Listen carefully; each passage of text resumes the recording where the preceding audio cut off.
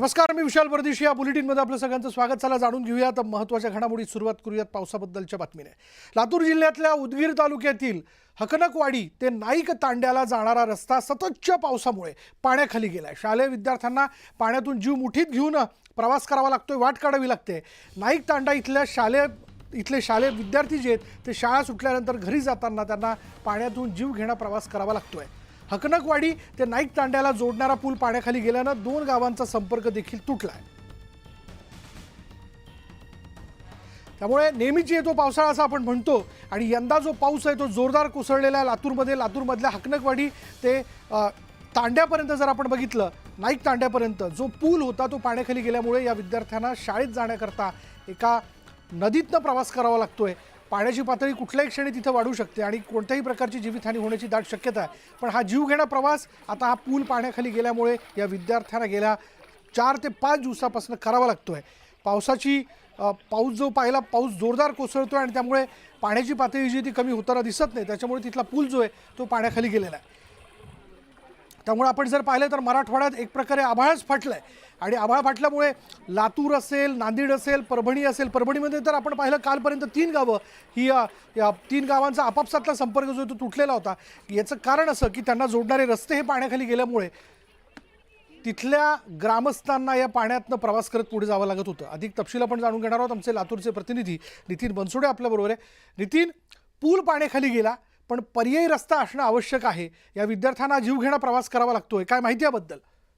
लातूर जिल्ह्यामध्ये गेल्या 2 दिवसापासून पावसाची संततधार जी आहे ती सध्या सुरूच आहे आणि त्या पावसाच्या संततधारेमुळे बऱ्याच ठिकाणी नद्यांना पूर आल्याची परिस्थिती जी आहे ती निर्माण झालेली आहे. त्याचप्रमाणे लातूर जिल्ह्यातल्या उदगीर तालुक्यातील हकनकवाडी येथे एक नदीला पूर आल्यामुळे त्या 2 गावांचा संपर्क जो आहे तो तुटलेला आहे आणि विद्यार्थ्यांना नदीच्या वाहत्या पाण्यातून प्रवास करण्याची वेळ जी आहे ती आलेली आहे. आज सकाळी ज्यावेळी शाळेला विद्यार्थी जात होते त्यावेळी त्या विद्यार्थ्यांना पर्यायी कुठला मार्ग नदीच्या पाण्यातूनच त्या विद्यार्थ्यांनी मार्ग शोधत आहे आणि हीच परिस्थिती जर येत्या 2 दिवसात जर कायम राहिली तर या नदीला मोठ्या प्रमाणात पूर येण्याची शक्यता आहे आणि मोठ्या प्रमाणात पाणी येऊन या दोन्ही गावांचा आणि इथल्या उदगीर तालुक्याचा संपर्क तुटण्याची शक्यता आहे. पण पाऊस काही या सगळ्याच्या थांबायचं नाव घेत नाही आणि त्याचा परिणाम आपण बघतोय की गावाला जोडणारे जे पूल आहेत ते पाण्याखाली गेलेले आहेत. त्याच्यामुळे नागरिकांना या वाढत्या पाण्यातनं प्रवास करत पुढे जावं लागतंय. मराठवाड्यातील नागरिकांसाठी खुशखबर आहे आणि ती बातमी अशी आहे की जायकवाडी धरण 90% भरलंय. धरणाच्या दरवाज्यातून पाण्याचा विसर्ग सुरू करण्यात आला असून गोदावरी काठच्या गावांना सतर्कतेचा इशारा देण्यात आलाय.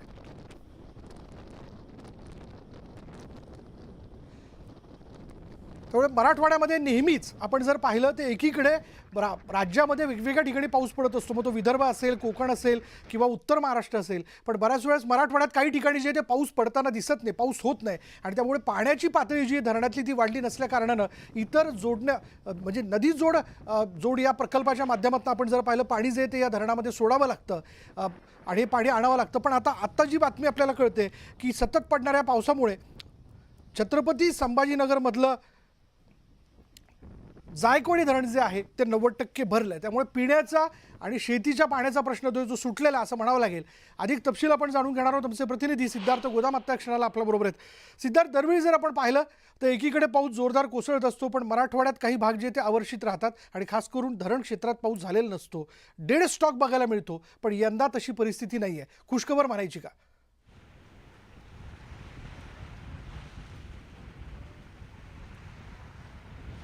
प्रशांत, निश्चितपणे मराठवाड्याला गेल्या 2 ते 3 दिवसापासून जबरदस्त पाऊस पडतोय. काही ठिकाणी अडचणी निर्माण झालेल्या आहेत. पाण्याची पातळी वाढल्यामुळे गावांमध्ये पाणी शिरलेलं आहे. मात्र दुसऱ्या बाजूने बघितलं तर खुशखबर यासाठी आहे की मराठवाड्याची जी आहे जीवनवाहिनी म्हणून जायकवाडी धरणाकडे बघितलं जातं. ते धरण जवळपास 90% पूर्ण झालेलं आहे, भरलेलं आहे आणि धरण भरल्यामुळं बाकीच्या इतर गोष्टींच्या थोड्या अडचणी मराठवाड्याच्या आमच्या कमी होतील. कारण पिण्याचं पाणी असेल आणि एकंदरीतच सिंचनासाठी पाण्याची सोय होईल. विशाल, खऱ्या अर्थानं हे दृश्य पाहणं मराठवाड्यासाठी अत्यंत आनंदाची बाब आहे. कारण धरण हे जवळपास 90% भरलेलं आहे आणि जवळपास 21,000 क्युसेकनी पाण्याची आवकसुद्धा या ठिकाणी आहे आणि त्यामुळे हे धरण 100% भरेल अशी परिस्थिती या ठिकाणी निर्माण झालेली. जसं मी आधी सांगितलं की बऱ्यापैकी मराठवाड्यामध्ये पिण्याच्या पाण्याची सोय होणार आहे, कारण इतर धरणांसाठी माजलगावच्या धरणासाठी उजव्या कालन्यातून जवळपास 700 क्युसेकनी पाण्यात सोडण्यात आलेलं आहे. मात्र आता 90% धरण भरलं तर कधीही या ठिकाणी पाणी सोडलं जाऊ शकतं, कारण आपण बघितलं की धरणाच्या गेटवरून पाणी खाली पडताना दिसतंय. त्यामुळे पूर्ण प्रशासनाने तयारी केलेली आहे. प्रशांत जाधव आपल्यासोबत आहेत, कार्यकारी अभियंता. दादा, काय परिस्थिती आता सध्या, पाणी कधी सोडलं जाऊ शकतं? आता सध्या 88% धरण आपलं भरलेलं आहे आणि वरून 21,000 क्युसेक्स असा आपला आवक येत आहे. आणि समजा जर आवक वाढली तर आपल्याला येत्या 2 दिवसामध्ये धरणातून पाणी सोडण्याची शक्यता आहे, जर आवक वाढली तर. पण काय इशारे देण्यात आले आपण सतत? आता इशारा दिलेला आहे. काल जालना जिल्ह्यात भरपूर पाऊस झाला आहे, त्याच्यामध्ये आपण बॅरेजेसचे सर्व दरवाजे ओपन केले होते. जवळपास 1,77,000 क्युसेक्सचा डिस्चार्ज आपण खाली बॅरेजेसमधून सोडला आहे. आता तिथला डिस्चार्ज कमी झालेला आहे आणि आता आपण हा डिस्चार्ज 2 दिवसात आपल्याला सोडावं लागेल, अशी पूर्वनियंत्रण करण्यासाठी म्हणून आपण सगळ्यांना हे खबरदारीचा इशारा दिलेला आहे. तर आपल्याला माहीत आहे, आपण हे धरण नेहमी रिकामं बघतो. एक वैयक्तिक मराठवाड्याचे नागरिक म्हणून काय वाटतं धरण भरलं? नाही, मराठवाड्याचा नागरिक म्हणून मला खूपच आनंद आहे. खरं पाहिलं तर मी जेव्हापासून इथे आहे त्याच्या सतत 3 वर्ष धरण भरलं. फक्त मागचंच वर्ष हे कोरडं गेलं आणि यावर्षीसुद्धा धरण 3% आज 88% आलं आहे. त्यात खूप आनंद वाटतो. निश्चितपणे विशाल, 3% पाणी होतं आमच्याकडे आणि ते मानसमध्ये जाते काय अशी परिस्थिती होती.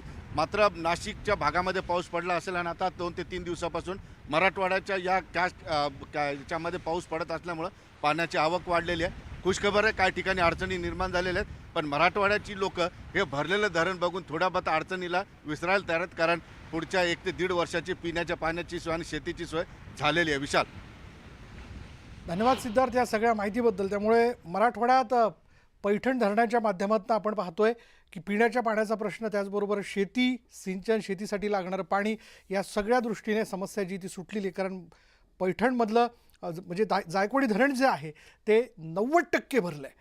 यानंतर आपण बघूयात पुढली बातमी अशी नांदेडमधनं. नांदेड जिल्ह्यातील पैनगंगा नदीला पूर आला. इसापूर धरणाचे दरवाजे उघडण्यात आल्यानं पैनगंगा नदीत विसर्ग सुरू आहे. हदगाव इथे पैनगंगा नदीवरील पुलावरून पाणी वाहत आहे आणि पुलावरून पाणी वाहत असल्यानं मार्गावरील वाहतूक बंद आहे. पैनगंगा नदीकाठच्या शेतात पुराचं पाणी मोठ्या प्रमाणात साचले. पिकांचं देखील मोठ्या प्रमाणात नुकसान झालं.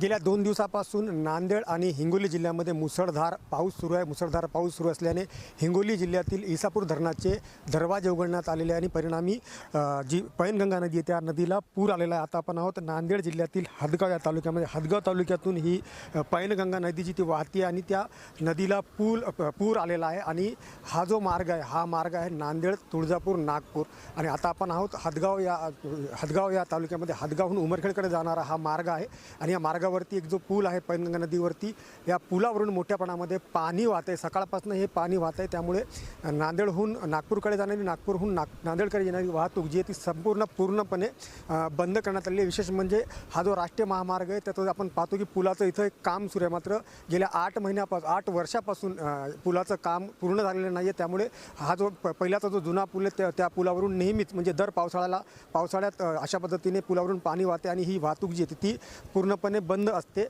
त्यामुळे विदर्भ आणि मराठवाड्याचा संपर्क तुटतो. आजही सकाळपासून विदर्भ आणि मराठवाड्याचा संपर्क तुटलेला आहे. याशिवाय पैनगंगा नदीला पूर आल्याने आपण पाहतोय की नदीकाठची जी शेती आहे, हजारो हेक्टर शेतीमध्ये देखील मोठ्या प्रमाणामध्ये पाणी साचलेलं. त्यामुळे शेतीचं देखील मोठ्या प्रमाणात नुकसान झालेलं आहे. अजूनही पाणी ओसरलेलं नाही आहे. पाण्याची जी आवक आहे ती वाढतच आहे. त्यामुळे नदीकाठच्या गावांना, पैनगंगा नदीकाठच्या गावांना सतर्कतेचा इशारा देण्यात आलेला आहे. मुजीब शेख, न्यूज 18 लोकमत, हदगाव, नांदेड. तर नांदेडमध्ये गेल्या 2 दिवसांपासून मुसळधार पाऊस सुरू आहे. पावसामुळे शहरातील सखल भागात पाणी साचलंय. श्रावस्ती नगर, सादत नगर, तेहरा नगर या भागात गुडघाभर पाणी साचलंय. अनेक घरात पाणी साचल्यानं संसार उपयोगी साहित्यांचं नुकसान झालेलं आहे. लोकांना मोठ्या अडचणीचा सामना करावा लागतोय. महापालिकेची कोणतीही मदत अजूनपर्यंत उपलब्ध झाली नसल्याचा आरोप नागरिकांनी केला.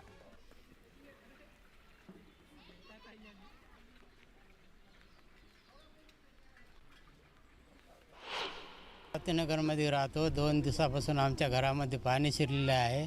महानगरपालिका प्रशासन आमच्या श्रावस्तीनगरकडे ध्यान देत नाहीत. तर पूर्ण लोकांना याच्यापासून त्रास आहे. कुठंच आमची राहण्याची सोय नाही. आम्ही त्याच पाण्यामध्ये तसंच राहिले. जळगाव जिल्ह्यासह मध्य प्रदेशात झालेल्या मुसळधार पावसामुळे तापी नदीला पूर आलेला आहे. नाल्याने भुसावळ तालुक्यातील हतनूर धरणाचे 41 पैकी 18 दरवाजे उघडण्यात आलेत. सद्यस्थितीत हतनूर धरणामध्ये 60% पाणीसाठा आहे. प्रशासनाने नदीकाठच्या गावांना सतर्कतेचा इशारा दिलेला आहे.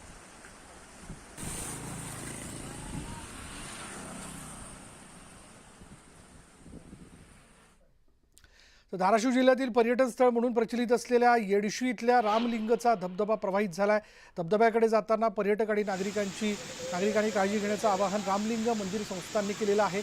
धबधब्यावर मोठ्या प्रमाणात पर्यटक गर्दी करताना दिसत आहेत.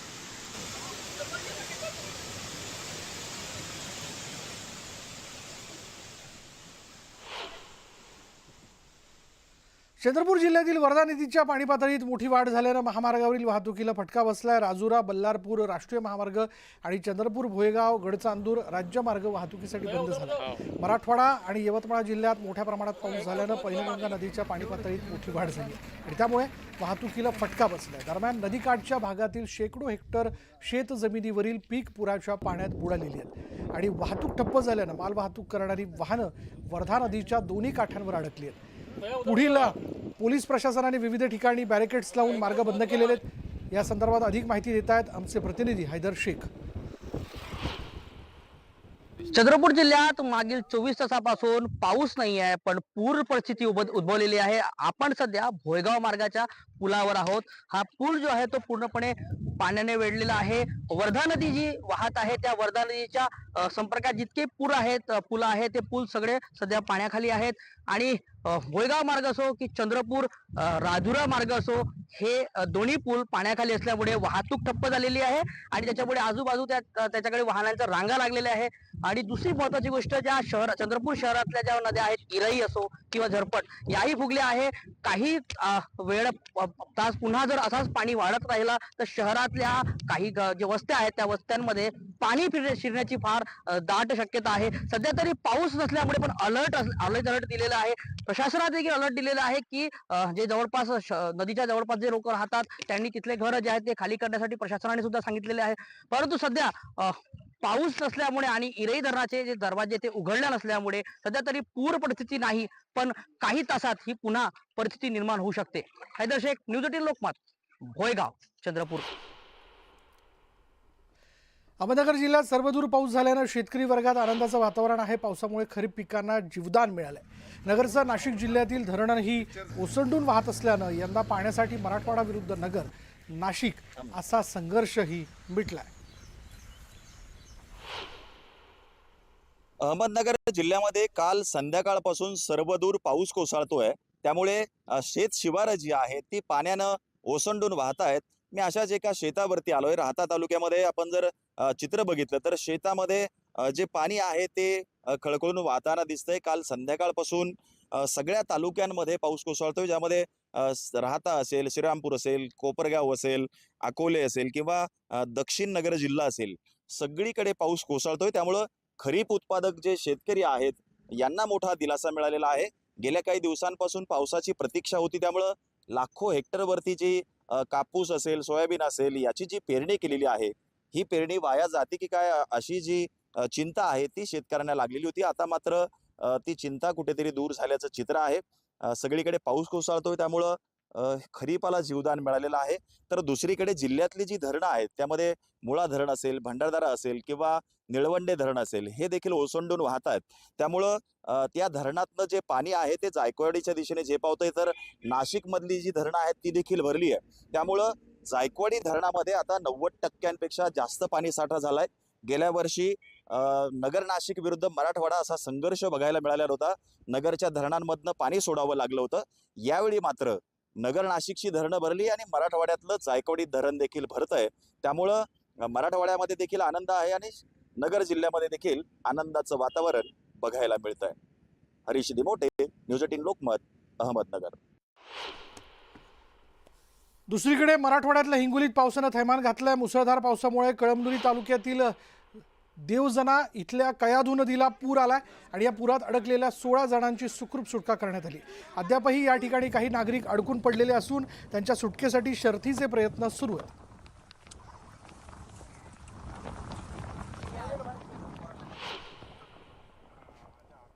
तर सोलापूरच्या वैराग इथल्या हिंगणी मध्यम प्रकल्प ओव्हरफ्लो झालाय।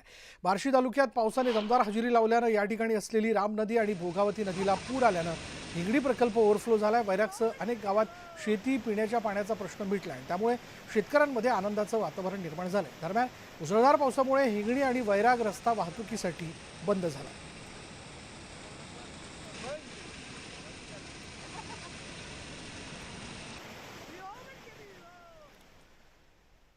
बुलढाणा जिल्ह्यातील लोणार आणि मेहकर तालुक्यात मुसळधार पाऊस पडतोय आणि या पावसामुळे लोणार तालुक्यातील गांधारी नदीला पूर आला। या पुराच्या पाण्यात अनेक शेतमजूर अडकलेले होते आणि यातील काही मजुरांनी जीव धोक्यात घालत पुराच्या पाण्यातून नदी ओलांडली। बुलढाण्यातल्या गांधारी नदीला यंदा देखील पूर आल्याचं आपण बघतोय आणि याचा परिणाम असा आहे की काही ठिकाणी या पुलावरनं पाणी वाहतंय। नदीकाठच्या गावांना सतर्कतेचा इशारा देण्यात आलेला आहे। या वाढत्या प्रवाहातनं पुढे जाऊ नये अशा देखील सूचना देण्यात येत आहेत, कारण हा प्रवाह कधी कुठल्याही क्षणी अचानक वाढू शकतो किंवा त्या प्रवाहाचा अंदाज जर नाही आला तर कदाचित माणूस वाहून जाण्याची देखील दाट शक्यता आहे।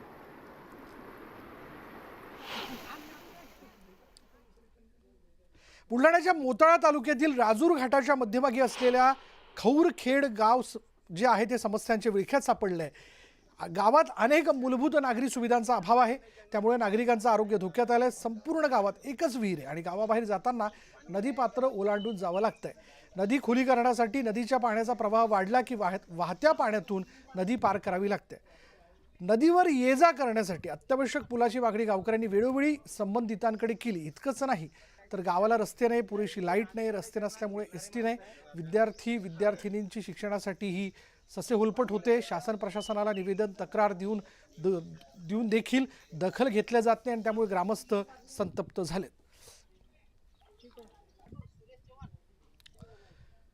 तर नांदेड जिल्ह्यासह शहरात गेल्या 2 दिवसांपासून मुसळधार पाऊस सुरू आहे। पावसामुळे शहरातील हिंगोली गेट भुयारी मार्गात मोठ्या प्रमाणात पाणी साचले, त्यामुळे हा मार्ग वाहतुकीसाठी बंद करण्यात आलेला आहे। त्याच्यामुळे भुयारी मार्गात पाणी साचल्यामुळे आपण बघतोय हा एक मार्ग असा होता की ज्याने शहरातल्या एका भागातून दुसऱ्या भागात जे ते जाता येणं शक्य होतं, पण आता इथं पाणी साचल्यामुळे या मार्गातनं जाता येत नाही। त्यामुळे अक्षरशः वळसा घालून जे आहे शहरात एका मार्गावरनं दुसऱ्या मार्गाला वळसा घालून जे ते नागरिकांना जावं लागतंय।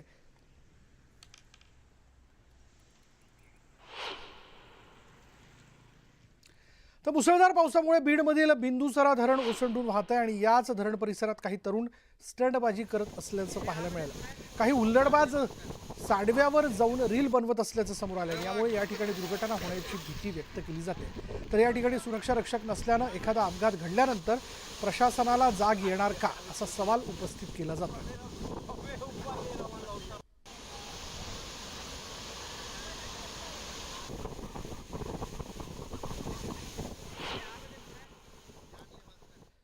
परभणी जिल्ह्यात गेल्या 2 दिवसांपासून सुरू असलेल्या पावसाने पूरस्थिती निर्माण झाली आहे। नदी नाल्यांना पूर आला असून मुसळधार पावसामुळे अनेक ठिकाणी दुर्घटना देखील घडत असल्याचं समोर आलंय।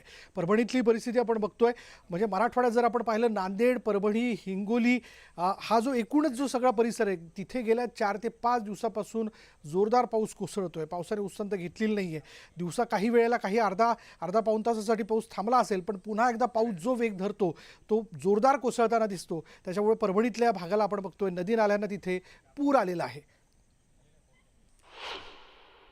परभणी शहरसह जिल्ह्यामध्ये मागील 2 दिवसापासून मुसळधार पाऊस बरसतोय आणि या पावसामुळे जिल्ह्यातील बहुतांश नदी नाल्यांना मोठ्या प्रमाणात पूर आलेला आहे। नदी आणि नाले पात्र सोडून वाहत आहेत आणि याच परिस्थितीमुळे जिल्ह्यात ठिकठिकाणी वेगवेगळ्या घटना घडत आहेत। मानवत तालुक्यातील एका गावामध्ये चक्क राज्य परिवहन महामंडळाची एसटीच पाण्यामध्ये वाहून गेली आहे। तर सेलू तालुक्यातील बोधी या गावामध्ये 20हून अधिक जनावरं या पाण्यामध्ये वाहून गेलेली आहेत। पावसाळा सुरू झाल्यापासून परभणीकरांना मोठ्या पावसाची प्रतीक्षा होती, परंतु हा पाऊस काही होत नव्हता। निसर्गाने या 2 दिवसातच मोठा पाऊस परभणीकरांना दिलाय आणि या पावसामुळे जिल्ह्यात सर्वत्र पूर परिस्थिती निर्माण झाली आहे। अनेक गावांचा संपर्क तुटलाय। रस्त्यावरून अशा पद्धतीने नदी आणि नाल्यांचं पाणी मोठ्या प्रमाणात वाहत आहे। परभणी, सेलू, मानवत आणि जिंतूर तालुक्यातील अनेक गावांचा या पाण्यामुळे संपर्क तुटलेला आहे। जिल्ह्यातील जवळपास 40हून अधिक गावं सध्या संपर्क क्षेत्राच्या बाहेर असल्याचं सांगण्यात आलं आहे. प्रशासन सर्व परिस्थितीवर नजर ठेवून आहे. ज्या ठिकाणी जी लागल ती मदत देखील पोहोचवण्याचे प्रयत्न केले जात आहेत. विशाल माने, न्यूज 18 लोकमत, परभणी. जालना जिल्ह्यातल्या मंठा तालुक्यात सर्वच मंडळात ढगफुटी सदृश्य परिस्थिती निर्माण झाली आहे. मंठा तालुक्यातील पांगरी खुर्द, विडोळी या गावांना पुराचा फटका बसलाय. पांगरी खुर्द इथला तलाव ओव्हरफ्लो झाल्यानं परिसरातील गावात पाणी शिरलं आणि त्यामुळे गावातील नागरिकांना सुरक्षित स्थळी हलवण्यात आलंय. अद्यापही इथला पूर ओसरला नसून शेतात पाणी शिरल्यानं कपाशी आणि सोयाबीनची पिकं भुईसपाट झाली आहेत. त्यामुळे शेतकऱ्यांचं मोठं नुकसान झालंय. जालना जिल्ह्यातल्या मंठा तालुक्यातील सर्वच मंडळामध्ये जे आहे ते ढगफुटी सदृश्य पाऊस झालेला आहे आणि मी सध्या मंठा तालुक्यातील पांगरी खुर्द या गावामध्ये आहे आणि आपण जर बघितलं तर या गावाची जर परिस्थिती आपण बघितलं तर हे सगळं गाव जे आहे ते अशा पद्धतीनं पाण्यानं वेढलेलं होतं. या वड्याला जे आहे ते या ठिकाणी पूर आलेला आहे. या जवळपासच्या गावाचा जो आहे तो या ठिकाणी संपर्क जो आहे तो तुटलेला आपल्याला या ठिकाणी बघायला मिळते. याच पूर आल्यानं या वड्याचं पाणी जे आहे ते अशा पद्धतीनं शेतात शिरल्याचं आपल्याला या ठिकाणी बघायला मिळते. आपण जर बघितलं तर मंठा तालुक्यातील पांगरी खुर्द असेल, विडोळी असेल, तलाव सांगवी असेल, अशा पद्धतीच्या सर्वच मंडळामध्ये जे आहे ते अतिवृष्टी झालेली आहे. मी सध्या याच गावामध्ये आहे आणि या गावाला जे आहे ते पुराच्या पाण्यानं वेढलं होतं. मात्र प्रशासनाच्या अधिकाऱ्यांनी या गावातील सर्व नागरिकांचं जे आहे ते रात्री स्थलांतर केलं होतं. मात्र आता जो आहे तो पावसाचा जोर जो आहे तो कमी झालेला आहे. मात्र पूर जो आहे तो अजूनही अद्यापही कायम असल्याचं आपल्याला या ठिकाणी बघायला मिळतं. हे जे आपण जर बघितलं तर हे कापूस आहे शेतकऱ्याचा, मात्र हे पूर्ण पुराच्या पाण्यानं जे आहे ते आडवा झाल्याचं आपल्याला या ठिकाणी बघायला मिळतं. याला बोंड सुद्धा लागलेला आपल्याला या ठिकाणी बघायला मिळतं. त्यामुळे सर्व शेतकऱ्यांचं जे आहे ते या ठिकाणी अतोनात नुकसान झाल्याचं आपल्याला या ठिकाणी बघायला मिळतं. आपण जर माझ्या मागे बघितलं तर हे सगळे ग्रामस्थ आहेत आणि हे सगळे ग्रामस्थ अजूनही या ठिकाणी दाखल आहेत. मात्र पुराचं पाणी जे आहे ते अजूनही कमी होताना आपल्याला या ठिकाणी बघायला मिळत नाही. आपण जर पलीकडच्या शेतामध्ये जर बघितलं तर सोयाबीनचं ते क्षेत्र आहे आणि सोयाबीनचं क्षेत्र जे आहे ते पूर्णपणे वाहून गेल्याचं या ठिकाणी बघायला मिळतं. खूप मोठा फटका जो आहे तो या पावसाच्या पाण्याचा या गावकऱ्यांना, या परिसरातील नागरिकांना, शेतकऱ्यांना या ठिकाणी बसल्याचं आपल्याला या ठिकाणी बघायला मिळते. अजूनही जवळपास 9 ते 10 तास झाले पाऊस बंद होऊन, मात्र अद्यापही या पूर जे आहे तो अद्यापही कायम असल्याचं या ठिकाणी आपल्याला बघायला मिळतं. त्यामुळे आता जर अजून पावसाचा जोर वाढला तर अजूनही परिस्थिती जी आहे ते बिकट होण्याची परिस्थिती आपल्याला या ठिकाणी बघायला मिळणार आहे. रवी जयस्वाल, न्यूज 18 लोकमत, मंठा, जालना. आपण पाहतोय की सध्या मराठवाड्याला पावसानं झोडपलंय. छत्रपती संभाजीनगरात मुसळधार पावसानं थैमान घातलं. अजिंठ्याच्या डोंगर माथ्यावर पावसानं धुमाकूळ घातला. त्यामुळे वाघूर नदीला पूर आला. डोंगर माथ्यावर उगम पावणाऱ्या वाघूर नदीचं अजिंठ्याच्या डोंगरावरून कोसळतानाचं रौद्र रूप पाहायला मिळतंय. वाघूर नदीचं अक्राळ विक्राळ रूप पाहण्यासाठी नागरिक गर्दी करतायत आणि त्याची जी दृश्य आपण बघतोय, हा धबधबा ज्या पद्धतीने कोसळतोय, म्हणजे त्या ज्या प्रकारे तो कोसळतोय त्याचं रूप, रौद्ररूप जर आपण पाहिलं तर किती जोरदार पाऊस झालेला आहे हे आपल्याला यावरनं लक्षात येतं आहे. त्यामुळे वाघूर नदीला पूर आलेला आहे. हाच कोसळणारा धबधबा वाहतं पाणी पाहण्याकरता आता इथे असणाऱ्या पुलावरती नागरिक गर्दी करत आहेत.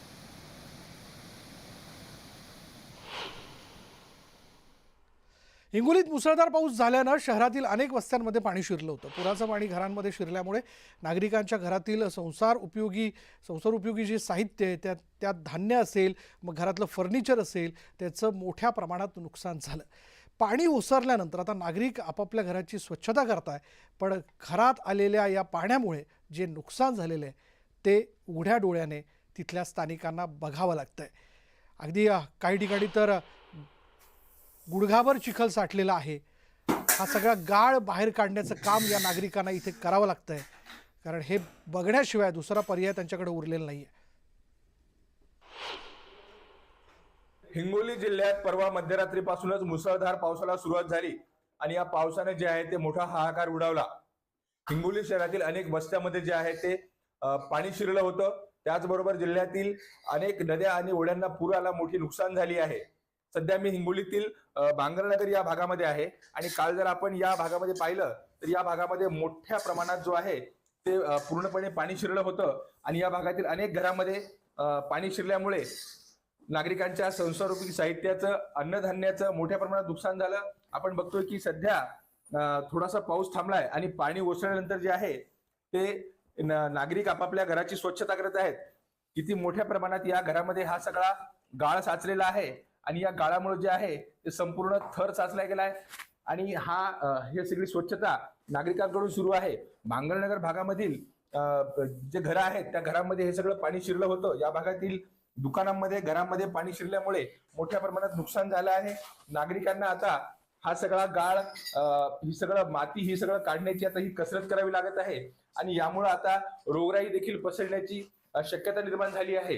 एकंदरीतच या सगळ्या पावसाने जे आहे ते हिंगोलीकरांची मोठी दणादण उडवली, मोठा हाहाकार केला आणि आता नागरिकांना जे आहे ते हे सगळं घराची आपल्या स्वच्छता करावी लागत आहे.